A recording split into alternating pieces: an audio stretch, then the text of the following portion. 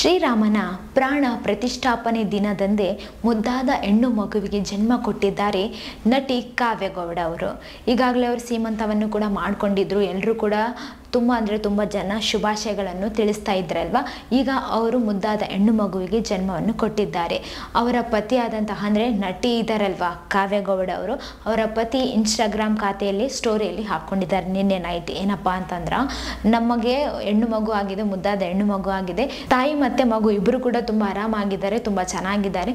ನಿಮ್ಮ ಈ ಒಂದು ಪ್ರೋತ್ಸಾಹ ಮತ್ತು ನಿಮ್ಮ ಈ ಒಂದು ಆಶೀರ್ವಾದ, ನಿಮ್ಮ ಪ್ರೀತಿ ಸದಾ ಹಿಂಗೆ ಇರಲಿ. ಎಲ್ರಿಗೂ ಕೂಡ ಖುಷಿಯಾಗಿದೆ, ನಮಗೆ ಎಲ್ರಿಗೂ ಕೂಡ ಧನ್ಯವಾದಗಳನ್ನು ಈ ಥರ ಅವರು ಇನ್ಸ್ಟಾಗ್ರಾಮ್ ಖಾತೆಯಲ್ಲಿ ಹಾಕ್ಕೊಂಡಿದ್ದಾರೆ.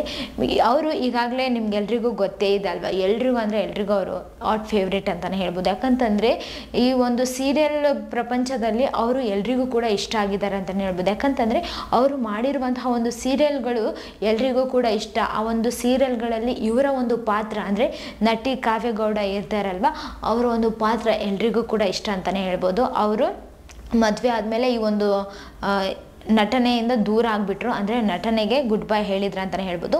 ಇವಾಗ ಇವರ ಈ ಒಂದು ವಿಚಾರ ಕೇಳಿಬಿಟ್ಟು ಅವರ ಅಭಿಮಾನಿಗಳಿಗಂತೂ ತುಂಬ ಅಂದರೆ ತುಂಬ ಖುಷಿಯಾಗಿದೆ ಅಂತಲೇ ಹೇಳ್ಬೋದು. ಇದೇ ಥರ ಮತ್ತಷ್ಟು ವಿಡಿಯೋಸ್ಗಾಗಿ ನಮ್ಮ ಚಾನಲನ್ನು ಲೈಕ್ ಮಾಡಿ, ಶೇರ್ ಮಾಡಿ, ಸಬ್ಸ್ಕ್ರೈಬ್ ಆಗಿ. Thank you.